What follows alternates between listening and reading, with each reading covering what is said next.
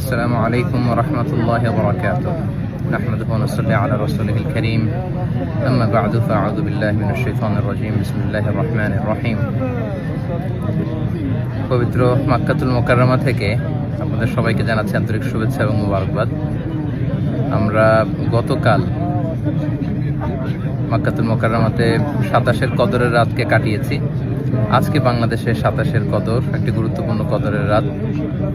আল্লাহ রাসূল সাল্লাল্লাহু আলাইহি সাল্লাম, আমরা জানি যে লাস্ট 10 ডেজ অফ রমাদানে রাতে ঘুমাতেন না, একান্তভাবে তিনি ইবাদত করতেন। আমরা গতকাল দেখেছি লাখো লাখো ধর্মপ্রাণ মুসল্লিরা কাবার প্রান্তরে কেউ উমরা করেছেন, কেউ কিয়ামুল লাইলে অংশগ্রহণ করেছেন, তারাবিতে অংশগ্রহণ করেছেন। আলহামদুলিল্লাহ, আজকে বাংলাদেশে 27-এর কদরের রাতকে আমরা উদযাপন করছি। আল্লাহ রাসূল সাল্লাল্লাহু আলাইহি সাল্লাম আম্মাজান আয়েশা রাদিয়াল্লাহু তাআলা আনহাকে এই রাতে একটি বিশেষ দোয়া পড়তে বলেছেন। তিনি বলেছেন যে, আয়েশা, তুমি যদি এই রাত পাও তাহলে তুমি পড়বে আল্লাহুম্মা ইন্নাকা আফুউন তুহিব্বুল আফওয়া ফাআফু আন্নী। অর্থাৎ, হে আল্লাহ, আপনি ক্ষমাশীল, আপনি ক্ষমা করাকে পছন্দ করেন, আল্লাহ আপনি আমাদেরকে ক্ষমা করেন।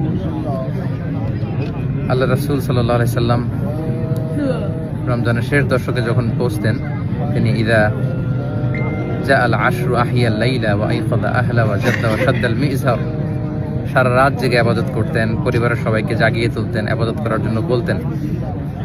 এবং সারা বছর কোরআনের যে আয়াতগুলো নাজিল হয়েছিল এগুলো তিনি জিবরাইল আলাইহিস সালামের সাথে রিভাইজ করতেন, তিনি শোনাতেন। জিবরাইল আলাইহিস সালাম আল্লাহ রাসূল সাল্লাল্লাহু আলাইহি ওয়াসাল্লামকে পড়ে শোনাতেন।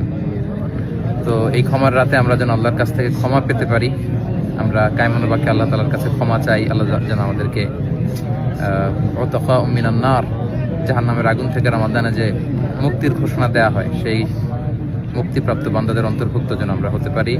পবিত্র মক্কাতুল মুকাররমা থেকে আমরা প্রাণ ভরে দোয়া করছি আপনাদের জন্য, আপনারাও আমাদের জন্য বিশেষভাবে দোয়া করবেন। এবং স্পেশালি আমাদের হাসানা ফাউন্ডেশনের জন্য আমি দোয়া চাই।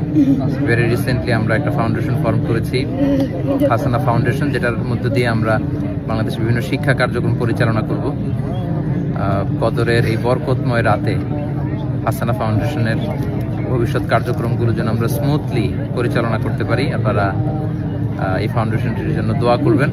এবং ঈদের পরপরই আমি দেশে আসব, এখন থেকে আমি দেশেই সেটেল করব, দেশেই থাকবো এবং ফাউন্ডেশনের বিভিন্ন কার্যক্রম সরাসরি পরিচালনা করবো ইনশাআল্লাহ। আপনাদের সবার কাছে দোয়া আছে, সবার জন্য আবার অফুরন্ত দোয়া ভালোবাসা জানিয়ে মসজিদুল হারাম থেকে বিদায় নিচ্ছি, পবিত্র মক্কাতুল মুকাররমা থেকে।